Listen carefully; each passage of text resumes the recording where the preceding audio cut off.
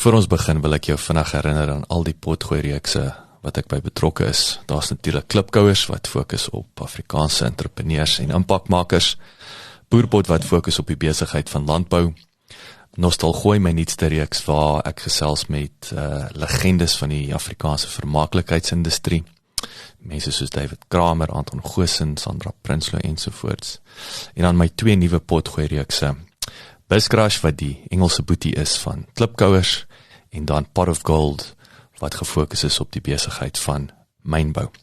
As jy in Pretoria is, kom maak gerus 'n draai hierop by ons plek in die R21 Corporate Park, genaamd Bouma at 21, waar ons 'n café het, ons het coworking space, ons hierdie raadsaal uit en my atelier is hier. So, as jy is, kom drink gerus 'n koffie en kom sê hallo.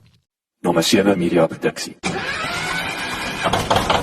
Welkom by die John Deere Afrika potgooi reeks. Ek is jou gasheer, Jacques Passon.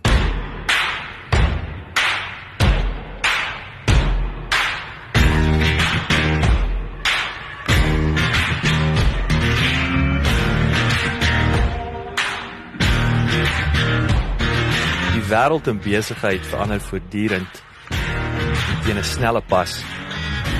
Ons kernwaardes staan egter vas. Dit is die besigheidsfilosofie van John Deere, landbou, konstruksie en bosbou masjineriereus van Amerika. Dit is presies die uitgangspunt wat die sleutel tot John Deere se voortgesette sukses was in die afgelope 183 jaar. Kernwaardes van integriteit, kwaliteit, toegewydheid en vernuwing vind gestalte in John Deere se mense, hulle produkte en prosesse. Dit geld ook vir John Deere hier, suid van die Sahara. In die eerste van 'n hoogs insiggewende potgooi-reeks het landbou deurlopend as die primêre fokus. Gesels ek met Jacques Taylor en Stefan Nel, onderskeidelik bestuurende direkteur en bemarkingsbestuurder van John Deere Sub-Sahara. In hierdie inleidende episode wissel die gesprek van die fascinerende geskiedenis van John Deere in Suid-Afrika met 'n skip wat sink en 2 ploë wat herwin is tot die maatskappy se uitgebreide handelsnetwerk reg oor Suid-Afrika en die res van die kontinent tot John Deere se globale en plaaslike visie en missie. Dis wat Jacques en Stefan benadruk, gaan dit oor die deurgee van eerstehandse inligting aan produsente ten spyte van al die negativiteit tans in die hoofstroom media. Is die ware stand van sake oorwegend goeie nuus vir boerdery in Suid-Afrika. Lekker leer en lekker luister.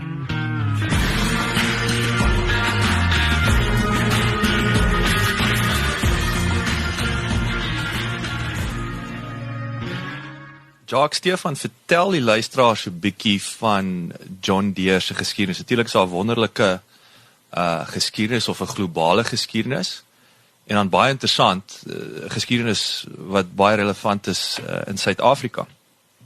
So ek dink die meeste van ons luisteraars ken John Deere of Deere & Company. Maar as ek 'n bietjie terug gaan in die geskiedenis, John Deere is gevestig in 1837 in Amerika. En dit begin met 'n ploeg. En vandag, ek dink is veilig om te sê dat John Deere is die grootste vervaardiger en verspreider van landboutoerusting in die wêreld. Ons is die tweede grootste in die konstruksie. Ons het 'n besigheid in die bosbou-industrie. En met 'n paar Maar daai, ekskuus, ek val jou in rede, so die bosbou ding net terloops, dit is natuurlik, is dit boomafsnyers. Wat as jy sê 'n besigheid? Ja, so boom. Hierdie reality TV wat mense sien waar die manne te mekaar kompeteer om die meeste bome af te sny. Ja, maar ek dink hulle doen dit met 'n byl, né? So ek dink ons is 'n bietjie meer gevorderd al vandag. So jy het nie John Deere byle nie. Ja, so dis die volledige solution. Ek dink daar is 'n Afrikaanse woord vir solution nie, maar vir die bosbou-industrie. Jy sê van om die bome af te sny, uit te ry ensovoorts. Weet ons doen nie verwerking nie, maar gaan maar meer oor die primêre verbouing, bosbouverbouing, waar ons ook fokus. En dan 'n paar ondersteuningsbesighede. Weet John Deere het hulle eie finansieringsbeen of bank in die meeste lande of die meeste kontinente.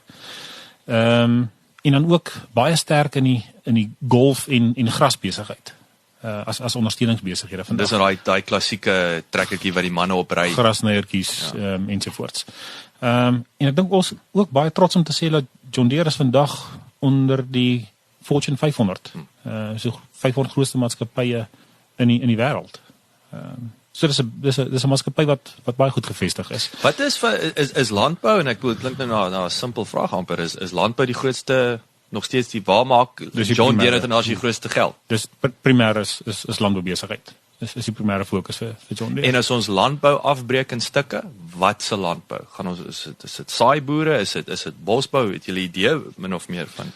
Ek dink primêr is John Deere baie sterk in wat ons noem groot landboutoerusting. So vir die groot saaiboer wêreldwyd is John Deere baie goed gevestig.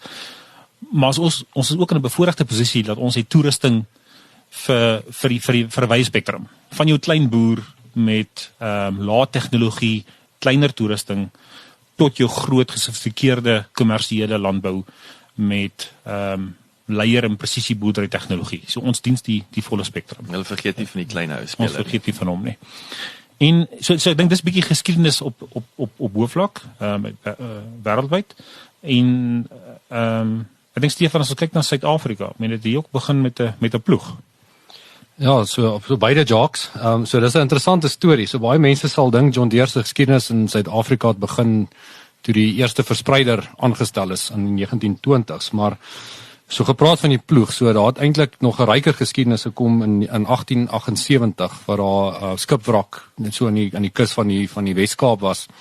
En hulle 2 ploë herwin. So dis 2 Prairie Queen ploë wat jy nou basies agteraan loop met jou os of jou perd voorin wat hom trek. En die 2 is toe herwin en is op 'n veiling verkoop in daai selfde jaar in 1978 en dis waar die geskiedenis begin het met die eerste implemente en waar John Deere basies 'n naam begin maak het in Suid-Afrika.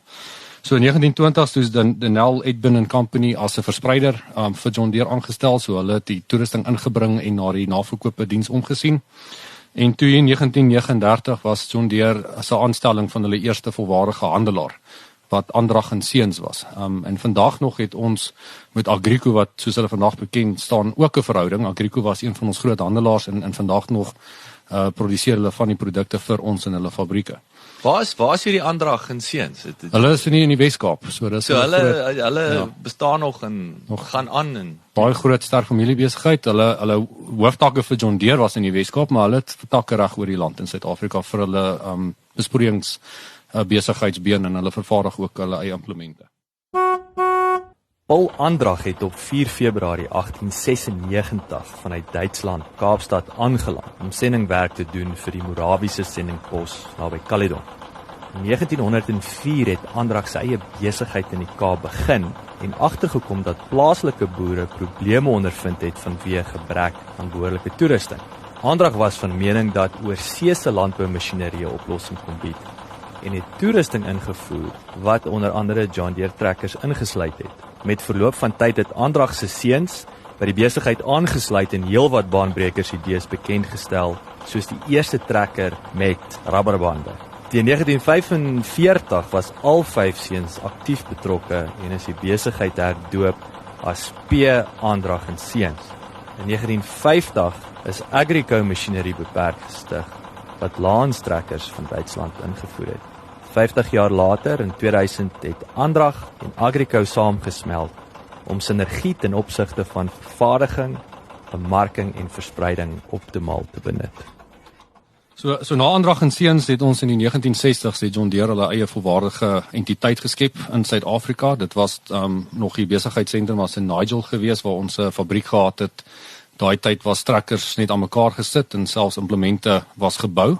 So julle die parte ingevlieg en dan of op komponente gegooi en dan ingevlieg, het julle hom aan mekaar gesit en hoekom Nigel? Is daar rede? Nee, ek dink dis maar waar die geskiedenis was in Nigel, so daar was maar baie groot industriële area geweest. Dit lekker sentraal in daai opsig. Ja, so daar was 'n groot fabriek geweest wat John Deere besit het in Nigel se daar. So vandag is ons nou nie meer in Nigel nie, ons het nou geskuif na die Oosrand toe. Maar vandag is ons 'n besigheid wat kyk na 50 lande in Sub-Sahara Afrika, so alles suid van die Sahara. En ons het 32 handelaarsgroepe wat na die besigheid omsien met meer as 188 raakpunte. So 'n raakpunt is soos in Engels is outlet. Dit is ek wou amper sê dis in die een kant 'n winkel Aan die ander kant is dit is 'n plek waar die boer of waar jy kontak het met die boer en of die eindverbruiker. Ja, so is 'n kombinasie. So daar's uit sê maar se verkoopstak wat nou vir tipe verkope doen, diens en onderdele verskaf en dit sal lyk soos enige winkel waar enige kommersiële ou vandag instap. Maar ons het ook dan kleiner waar die handelaar kleiner mense aanstel wat in 'n meer afgeslote area is wat dalk dienste net parte verkoop. Dit lyk nou nie soos hierdie A-klas winkel wat jy instap elke dag nie, maar ek dink dit is om net nader aan die kliënt te beweeg. Soos Jacques genoem het ons baie segmente van kliënte reg oor die mark in verskillende landbousektore in. Van katoen, grane, groot klein grane, die veebedryf. So dis 'n baie wye spektrum waarna ons omsien in ons produkte en ons met daai kliënte kan raak in die areas waar hulle is. Wat geklassifiseer is die stieks in Suid-Afrika? Noord-Kaap. Waar's daai ver afgeleë boere? Dis ek dink dit is veilig om my vraag te antwoord nie. Ek dink dalk nie so nie. Nee, ek dink ons fokus in Suid-Afrika in terme van handelaarsnetwerk is op groter handelaars. Ons praat van die handelaar van môre. Kyk en julle kies hulle. Dis nie dat jy kan julle John Deere lei gee en sê luister ek wil 'n John Deere trekker verkoop. Inderdaad. Ons het 'n baie ek dink stywe kriteria vir 'n handelaar wat ons wil aanstel vandag. Weet so ons kyk na handelaars wat 'n sterk balansstaat het, want ons verwag 'n redelike groot belegging wat so 'n handelaar moet maak in terme van infrastruktuur, geboue, in terme van personeel, in terme van tegnikuste, is 'n baie sterk fokus vir ons. Die handelaar moet in staat wees om voorraad te kan dra. So ons fokus vir alles in Suid-Afrika is op sterk handelaars. En hoe lyk die struktuur? Ek wil julle hoeveel handelaars het julle en dan ook hoeveel van daai raakpunte wat ons So in Suid-Afrika het ons 7 handelaarsgroepe met 81 raakpunte of outlets wat ons in Suid-Afrika het. En om net aan te sluit wat Stefan gesê het, as ons kyk na die res van Afrika, daar's verskillende vlakke van markvolwassenheid binne landbou in Afrika. En in meeste van ons lande is daar nie kritiese massa gekonsentreerd in 'n sekere gebied wat dit vir 'n handelaar kan regverdig om groot infrastruktuur op te sit nie. So daar is ons benadering om eerder al kleiner te gaan, amper sê fit for purpose, as ek nou Engels mag gebruik. Om te sê hoe lyk 'n struktuur wat werk vir die plaaslike mark. Maar as ek terugkom na Suid-Afrika toe, hier is ons fokus op groter, sterker handelaars. En ek dink dis iets wat vir ons baie goed werk. Maar wat nou interessant is van wat ons oor gesels het is so Suid-Afrika, ons weet die megaboers amper julle begin bo groot top of the range wil ek amper sê en hy werk af na die kleiner boer toe, maar in die res van Afrika is die wegspringplek die klein speler, die klein boer. Nee, en ek bedoel en daai ou kan nie, hy het nie noodwendig geld om hy trekker eers te bekostig nie. So wat is julle ouens besig om daar aan te vang? Ek dink dis 'n belangrike punt, nee. Ons sê Afrika is 'n dualistiese mark. So ons sit met klein hoeveelheid groot landbouprodusente op die een kant en dan groot hoeveelhede klein boere aan die ander kant en basies niemand tussenin nie. So jou ekstremiteite. Dit is reg, ja. So as John Deere en ons handelaars word eintlik daagliks daarmee gekonfronteer om te sê maar hoe het jy 'n waardeproposisie wat vir beide hierdie twee extreme wêrelde werk. So ons dien die groot boer en wat ons optel in die meeste Afrika lande is dat die groot produsent is eintlik baie progressief in terme van tegnologie, in terme van boerderypraktyke ensovoorts. En dan die klein boer is 'n spektrum van ouens wat al reeds vertroud is en mekanisasie gebruik en daar's ook 'n groep wat nog nie deel is van mekanisasie nie. Wat dalk nog met die hand werk of met 'n os of 'n perd soos wat Stefan vroeër genoem het ook. As John Deere voel ons dat ons wil nie hê elke klein boer moet 'n trekker besit nie. Maar ons wil graag hê dat die boer moet toegang hê tot mekanisasie. En die voertuig of die platform wat ons daarvoor gebruik is kontrakteurs. En kontrakteursmodel is 'n model wat in sekere Afrika lande eintlik baie goed gevestig is al. En in ander lande is dit iets wat ons nou besig is om te bou. Maar ons wil vir die klein boer toegang gee tot mekanisasie of tot tegnologie as geheel, want dit help ook nie ons gee vir die boer toegang tot mekanisasie, maar die boer het nie toegang tot goeie saad en kunsmis nie. So daai interafhanklikheid van die waardeketting is ook iets wat ons in ons agterkop hou en ons probeer dit koördineer. Dis as ons in 'n mark ingaan of in 'n spesifieke gebied ingaan en met klein boere begin werk, laat ons hierdie waardeketting net in balans kan hou om seker te maak hy het alles wat hy of sy nodig het. En dit is 'n baie belangrike punt daai, nee, en ek dink dis wat John Deere ook baie uniek maak met julle hele benadering. Ek bedoel alles wat ons hierso ook mee besig is, nee, is weer eens om daai soos jy om my waardeketting saam te trek ten einde maksimum waarde toe te voeg. Want jy sê nou die ou gemors saad of nie toegang tot saad nie, maar hy toegang tot mekanisasie. Nou ploeg hy die grond om en nou gebeur daar niks verder nie. Is dit uniek? Is dit 'n ding wat ek bedoel is dit 'n Suid-Afrikaanse visie? Is dit 'n globale visie? Waar kom hierdie idee van of is dit ou nuus, is dit nuwe nuus om al die spelers saam te vat? So, Jacques, ek dink waar John Deere se fokus is. Ons visie is gefokus op die wat van land af leef, as ek dit so kan noem. So daar is 'n paar fokuspunte daar wat gaan voedsel en 'n groter rol speel, en ek sê voedselsekuriteit in die langer duur. Daar is bekleding wat 'n belangrike rol speel, skuiling en infrastruktuur. So dis die hoofbene wat John Deere in 'n visie na kyk, waar ons wil omsien na die groeiende noodsaaklikheid van die mense in die wêreld. En ons weet nou as ek net gou 'n bietjie op voedsel kan stil staan, hoewel daar vandag nou redelik 'n groot oormaat van kos beskikbaar is wêreldwyd, is daar nog per land ook nou maar onderproduksie in daai land, so hulle moet invoer. So die prys van kos is baie onbekostigbaar vir sekere sektor van mense wat in daai industrie leef. So 'n groot deel van hierdie is om huidige grond wat daar vandag in produksie is meer effektief te maak. So ons wil opbrengste verhoog en dit meer onderhoubaar vir die boer maak om die besigheidsmodel suksesvol te kan dryf. En dan ook waar ons nou so 'n bietjie geraak het hier met Jacques oor die klein boere, is dan om nuwe landbougrond in produksie in te bring. En daar's twee segmente wat daar speel. So jy het jou groot ouens wat daar speel reg oor Afrika wat hierdie groot landgoedere inkom en hulle produseer en hulle sit meelens op in suikerriet en in rys. Maar dan het jy jou klein boere wat nou die groot segment is wat beskikbaarheid van grond om hulle het, maar hy kan net 'n klein deeltjie van daai grond verwerk. So en dit is waar ons nou op baie segment fokus om hulle ook te groei en toegang te gee tot mekanisasie. Daai ek wil net weer terugkom wat vir my so, dis nou wat Jacques gepraat het van die kontrakteurs waarmee hulle werk. Julle het gesê daai kontrakteurs, ek wil net vinnig teruggaan, jy weet wat 500 tot 1000 trekkers wat daai ons besit, né? Nee? Ja, ek dink weer Jacques, Afrika is 'n diverse mark nie. Maar as jy kan kyk in Nigerië is dit verseker die geval, so daar werk ons met kontrakteurs wat 'n vloot van tot 1000 trekkers het, wat 25.000 boere diens. En dan in Kenia as 'n voorbeeld. In Kenia wat ons daar optel is dat 'n klein boer sal 'n trekker koop en met sy surplus kapasiteit werk hy vir sy bure. En buite seisoen sal daai trekker opbeweeg in die land of afbeweeg in die land afhangende van waar die ou gestasioneer is. So klassieke shared economy model aan die gebeur nou in Kenia. Verseker. Jy het in daai ou beweeg sy trekker rond deur die jaar. So as hy nie vandag grondbewerking doen om mielies te plant nie, môre sny hy gras en bal dit. Die dag daarna gebruik hy die trekker net vir vervoer. So die ouens werk daai bate, ek kom ons sê 375 dae van die jaar. So verskillende modelle wat ons sien reg oor Afrika. Ons fokus daar is om te sê hoe kry ons die kontrakteur besigheid meer volhoubaar. En daar gaan dit oor rondom opleiding. En ons opleiding vir die kontrakteur is eerstens sy operateur.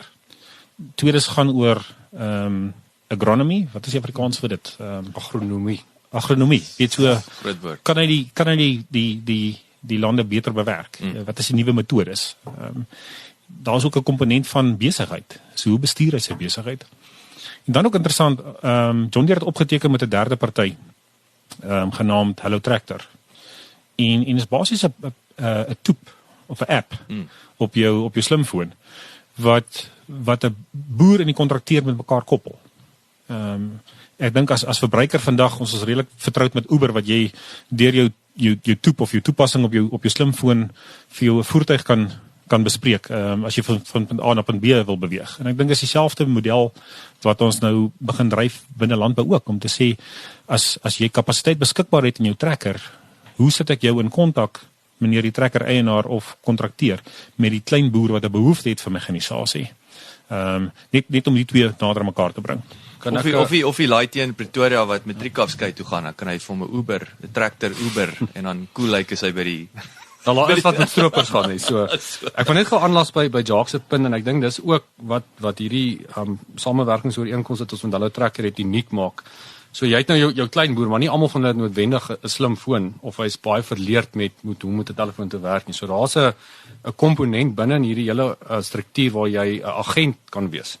So jy hoef glad nie in enige opset gekoppel te wees met landbou nie, maar jy kan daai boere gaan besoek en jy gaan sien hoe hier in hierdie area is daar miskien ek soveel uit boere wat hierdie diens kan gebruik en hy kan namens daai boere kan hy dan die kontrakteur kontak en hy verdien 'n kommissie daarop. So hy kan basies sy eie besigheidsentiteit stig en bedryf deur net die koppeling te wees tussen die twee as hulle nie direk kan met mekaar praat nie. Wel, dit is fantasties en ek bedoel Suid-Afrika is nog baie onderontwikkeld, is ek reg, in terme van hierdie kontrakteursmodel. Want julle soos jy sê, julle toets hom nou nog in Kenia en in Nigeria en so aan, maar ek bedoel die geleentheid is massief in Suid-Afrika. Dit is ja, ek dink as ek dalk praat of kyk na kommersiële landbou in Suid-Afrika, ek dink daar's nog steeds 'n baie sterk gevoel dat as produsent wil jy graag jou eie toerusting besit. En die hoofrede daarvoor is dat ons werk met 'n baie kort vensterperiode om te plant as 'n voorbeeld. So jy het dalk net 10 dae om te plant. En almal gaan jou trekker dan nodig hê binne daai 10 dae.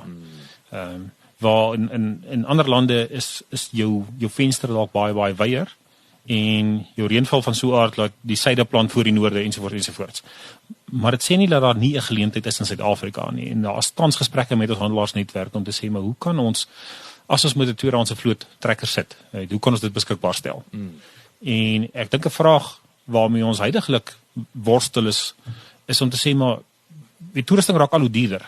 En gaan ons op 'n punt kom, en dis 'n vraag, gaan ons op 'n punt kom waar die produsent dalk net 70% van sy kilowatt kapasiteit besit en 'n 30% flex inbou as 'n voorbeeld in sy vloot. En dis die gesprekke wat ons heidaglik het. Om te sê hoe pas ons aan vir môre.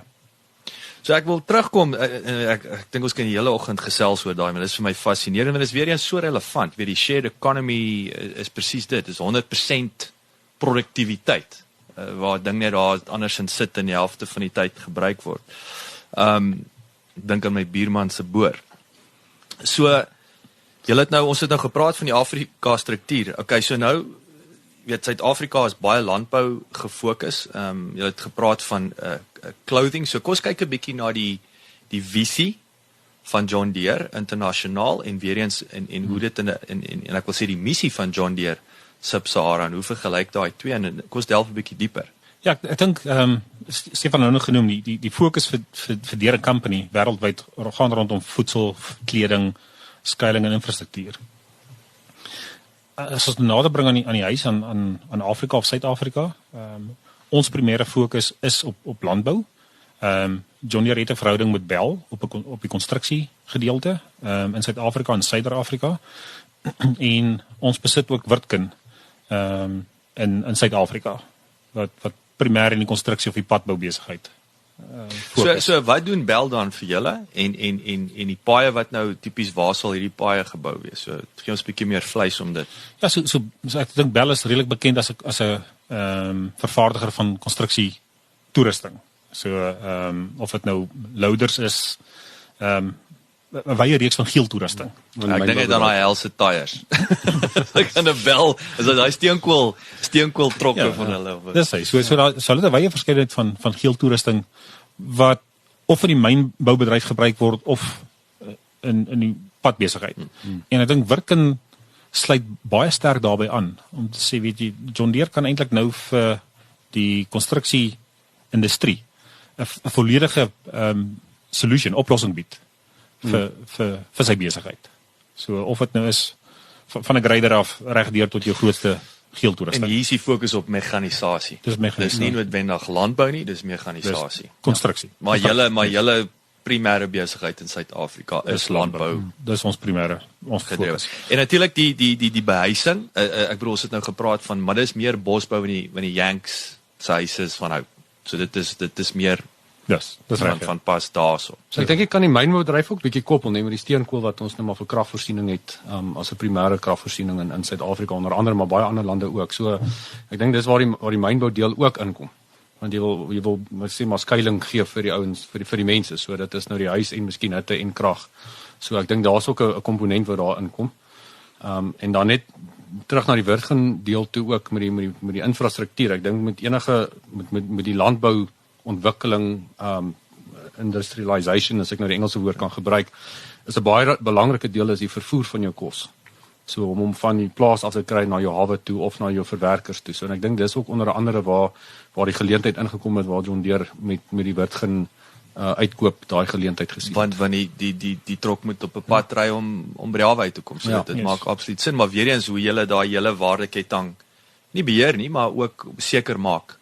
Almal komplementeer en alles werk soos 'n goed geoliede masjien saam. Ja, want ek dink as ek my landbou hoedjie opsit, ons hele benadering is ons wil seker maak dat die boer kan volhoubaar produseer.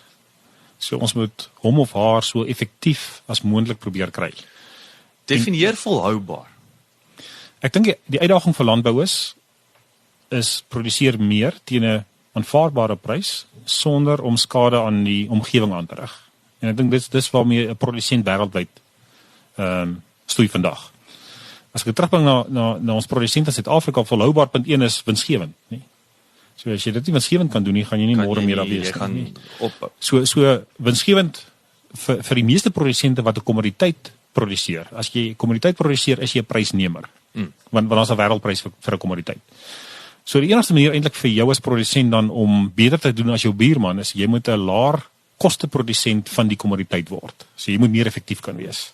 So kan ek meer tonne per hektaar afval, kan ek meer tonne per millimeter reën afval, kan ek meer tonne afval vergelyking met die hoeveelheid kunsmis wat ek moet neersit of chemikalia wat ek moet gebruik.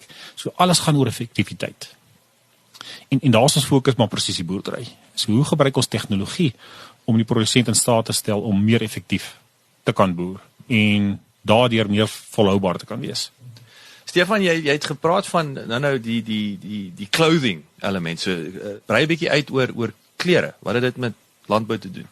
Dis 'n baie interessante een, Jacques, en ek dink daar's amper twee komponente of twee hoofkomponente in die landboubedryf. So een is die wolbedryf waar katoen en wol gebruik word vir klere, of in die wolbedryf sit meer die wolkant, en dan is die katoenkant wat ook belangrik is. So en ek dink dis 'n boodskap wat hy ook wil begin uitdra in die mark vir die ou wat nie landbou verstaan of ken nie, wat hy weet die hemp wat hy vandag dra in die broek is vervaardig uit insetmateriaal wat van 'n plaas afkom.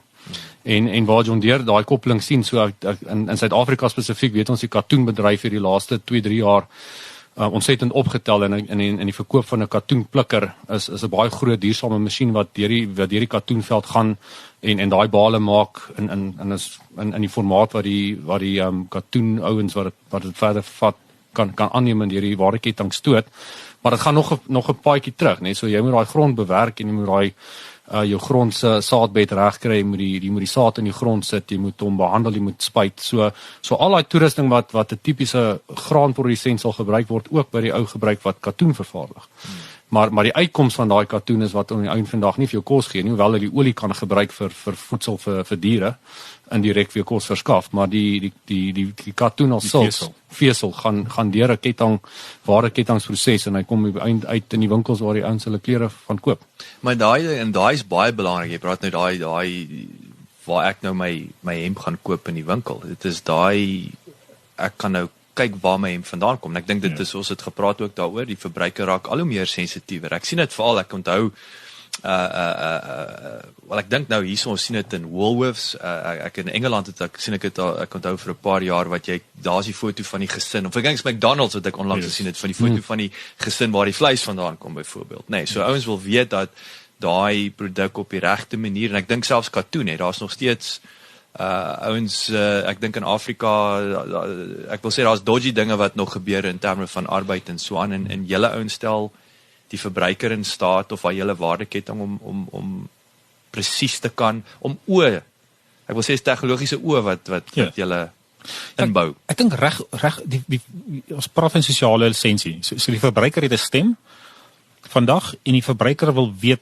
wat waar gebeur. Weet, en dit gaan jare terug. Weet, daar's 'n sterk fokus gewees rondom fair trade 'n paar jaar gelede. Free range. Weet, die ouens is bereid om 'n premie te betaal vir die hoendere wat dalk nie heeldag in die hok gesit het nie. Ek oversimplify dit nou. En ek dink dieselfde is met voedsel, maar ek dink om aan te sluit rondom die katoen is so waar is dit geproduseer? Is dit volhoubaar geproduseer? Is kinders gebruik as arbeid? En die lys gaan aan. So ek dink die verbruiker vandag wil weet. As ek hierdie retail outlet winkel ondersteun of die handelsmerk ondersteun, wie ondersteun ek op die ou end? Is dit iemand wat volhoubare besigheidsbeginsels toepas of deel ons dalk met kinderarbeid? En ek dink dis waar die naspeurbaarheid inkom. En dis wat vir my lekker, dis die tegnologie. Weet mense hoor altyd tegnologie of soos nou wat ons praat volhoubaarheid. Weet dit is so tegnologie in julle geval ook het so baie definisies eintlik, nê. In hierdie geval is dit tegnologie vir presisie boerdery aan die een kant, en aan die ander kant is dit naspeurbaarheid. Dis reg, om seker te maak dat hierdie ding is op die regte manier gemaak. So, ekskuus, net gou vinnig net interessant net op hierdie naspeurbaarheid deel net uit John Deere oogpunt, en ek dink baie ouens weet daar's John Deere klere reekse beskikbaar wat hulle kan koop, maar dis nie baie nie. En net terug te kom na waar John Deere sien om omgewingsvriendelik goed te produseer en binne alle wetlike aspekte. Dit gaan so ver terug om die kleurstof wat gebruik word om selfs die garing te kleur. Daai ou word geaudit en die garing vervaardiger. So dit is hoe ver John Deere in die proses ingaan om seker te maak dat as daar 'n hemp op die rak kom met 'n John Deere handelsmerk op, dan voldoen dit aan al die vereistes. So en ek dink dis nogal 'n baie goeie storie om te sien hoe John Deere omsien na daai aspek van die Julle lei van vooraf, nê. Ja. So dit is so sê the proof is in the pudding. Of in die hemp. Ja, kleur. So net so vinnig op die presisie landbou toepaslikheid. So om al hierdie naspeurbaarheid en Jacques se groot woord wat ek nou hier gebruik, tentoon te stel om dit beskikbaar te stel is daar 'n tegnologie komponent buite en agter binne in al hierdie faktore vasgevang. So en soos ons nou sê, tegnologie beteken vir 'n baie klein opkomende boer in Afrika wat nou vir die eerste keer mekanisasie kry. Dis al tegnologie vir hom.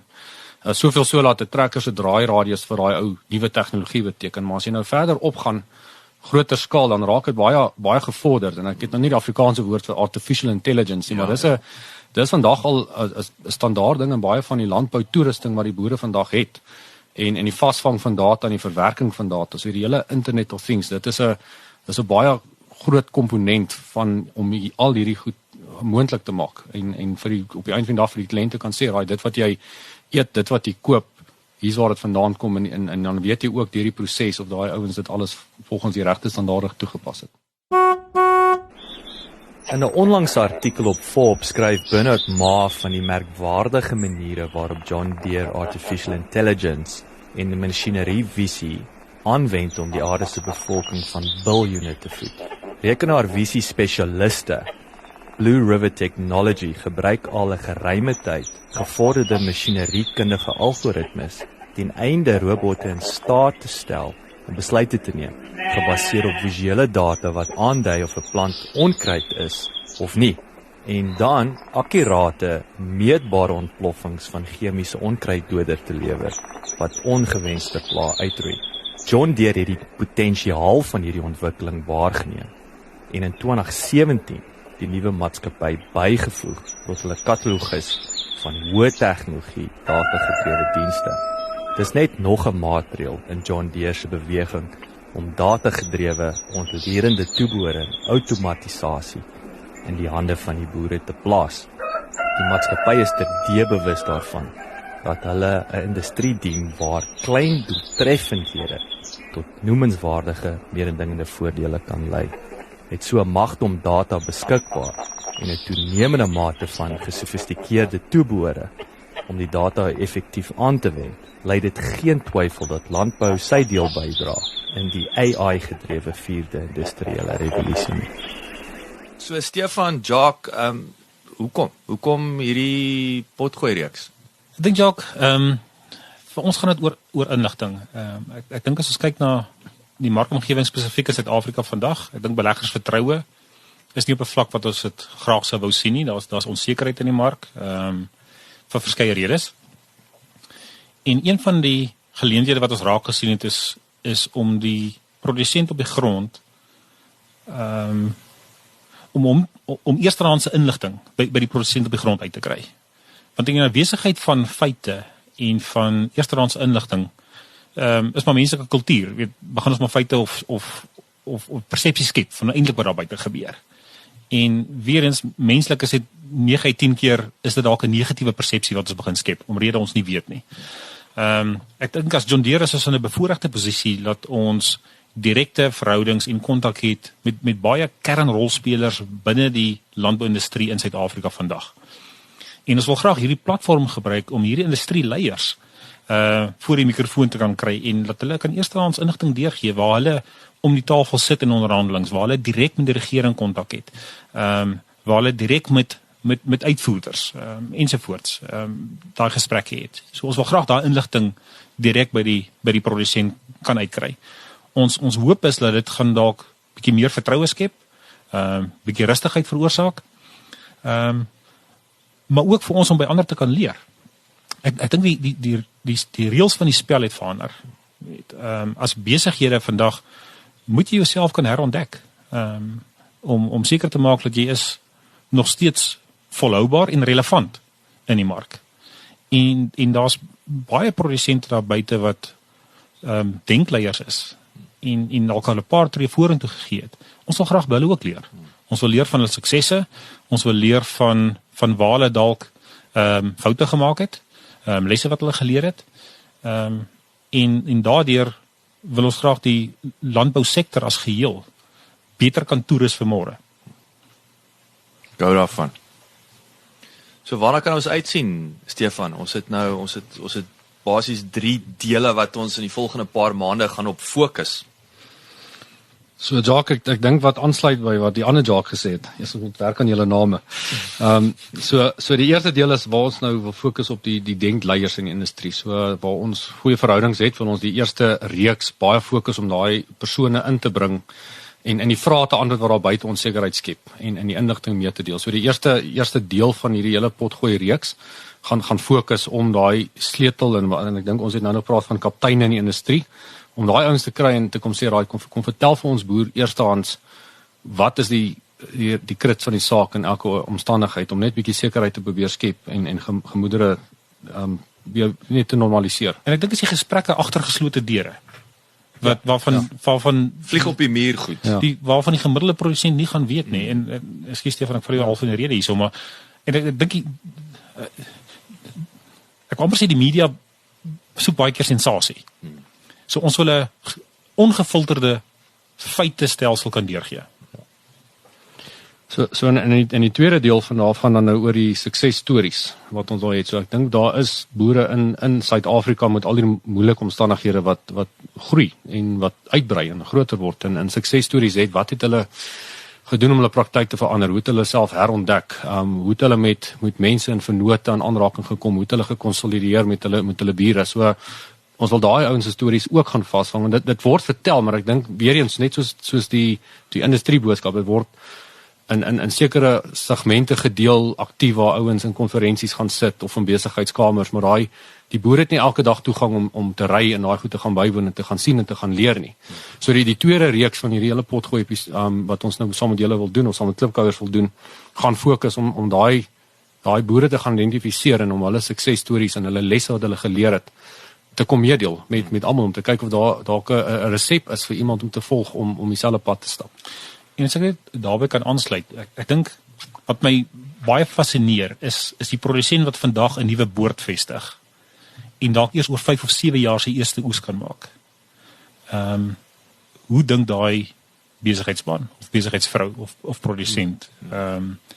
Ek wil graag in sy of haar kop inkom, want is iemand wat 'n visie het en hoë vertroue het in die besigheid om nou redelike investering te kan maak en te weet ek kan eers medium tot langtermyn opbrengs daarop kry. So hoe kom ons na daai persoon se denkwyse in? En daai is vir my simbolies, is 'n boodskap van hoop.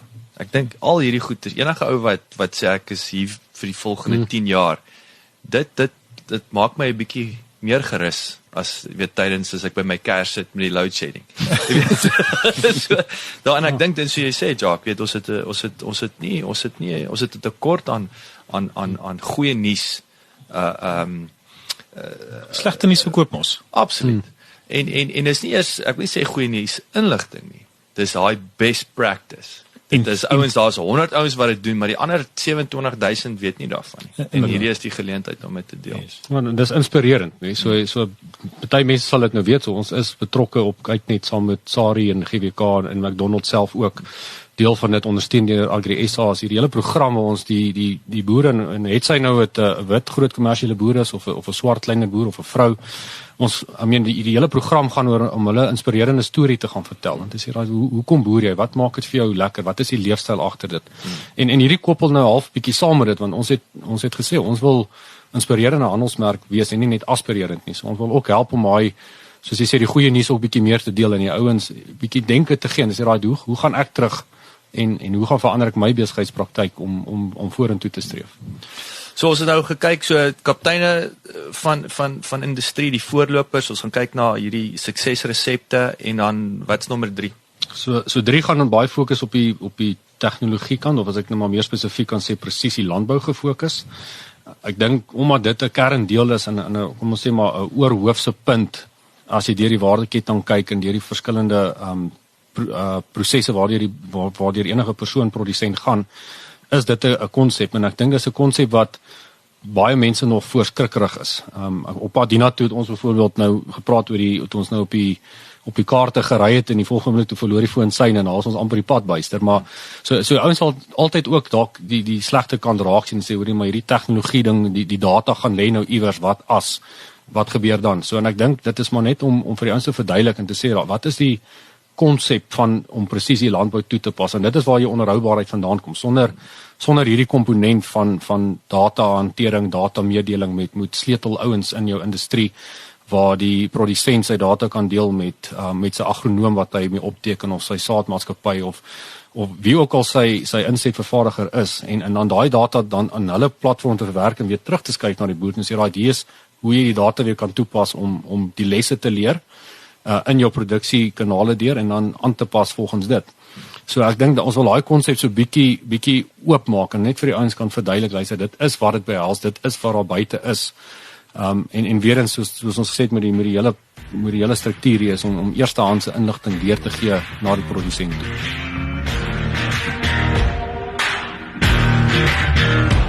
Dit was dan die eerste episode van die nuwe John Deere potgooi reeks waar ek lekker gesels het met Jacques Taylor en Stefan Nel. As die grootste vervaardiger en verspreider van landboutoerusting in die wêreld, kyk John Deere Sub-Sahara tans na 50 lande in Afrika met 32 handelaarsgroepe en meer as 188 raadpunte. Hoewel beleggers-vertroue plaaslik nie baie hoog is nie, stel John Deere hulle self ten doel om die produsent op die grond van feitelike inligting te voorsien. Dit is dan ook die doel van hierdie potgooi reeks. Die volgende episodes fokus ons op die denkleiers in die industrie, wat vir ons 'n bietjie die ware feite gaan weergee. Hierdie is net nog 'n inisiatief waardeur John Deere die landbousektor as 'n geheel beter toerus.